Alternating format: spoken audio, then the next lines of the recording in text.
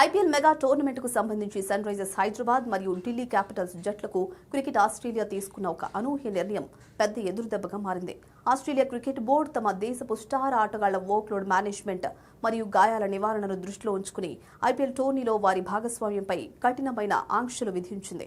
ముఖ్యంగా కీలకమైన మ్యాచ్లు మరియు ప్లే ఆఫ్స్ దశకు చేరుకునే సమయానికి ఆస్ట్రేలియా ఆటగాళ్లు జాతీయ జట్టు విధుల్లో చేరాల్సి ఉంటుంది అనే నిబంధన ఆయా ఫ్రాంచైజీల వ్యూహాలను తలకిందులు చేస్తుంది. Sunrisers Hyderabad, Delhi Capitals జట్లు తమ విజయాల్లో కీలక పాత్ర పోషిస్తారని ఆశించిన ఆసీస్ ఆటగాళ్ల సేవలు మధ్యలోనే కోల్పోవాల్సి రావడం యాజమాన్యాలను కలవరపెడుతుంది.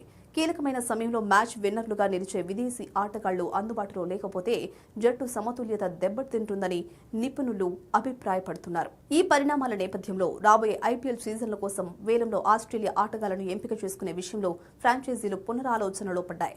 కోట్లాది రూపాయలు వెచ్చించి కొనుగోలు చేసిన ఆటగాళ్లు టోర్నీ మధ్యలోనే స్వదేశానికి వెళ్లిపోతే ఆ పెట్టుబడి బూడిదలో పోసిన పన్నీరవుతుందని ఫ్రాంచైజీలు ఆందోళన చెందుతున్నాయి. సన్ రైజర్స్, ఢిల్లీ జట్లు తమ ప్లాన్ బిని సిద్ధం చేసుకునే పనిలో పడ్డాయి. ఒకవైపు అంతర్జాతీయ క్రికెట్ షెడ్యూల్ బిజీగా ఉండడం, మరోవైపు బోర్డుల జోక్యం పెరగడం ఐపీఎల్ జట్లకు పెద్ద తలనొప్పిగా మారుతుంది. ఆస్ట్రేలియా బోర్డు తీసుకున్న ఈ నిర్ణయం కేవలం ఆ రెండు జట్లకే కాకుండా మొత్తం టోర్నీ ఉత్సాహంపైనే ప్రభావం చూపే అవకాశం ఉంది. ఈ సమస్యకు బీసీసీఐ మరియు ఇతర దేశాల బోర్డులు కలిసి ఎలాంటి పరిష్కారం చూపుతాయో వేచి చూడాలి.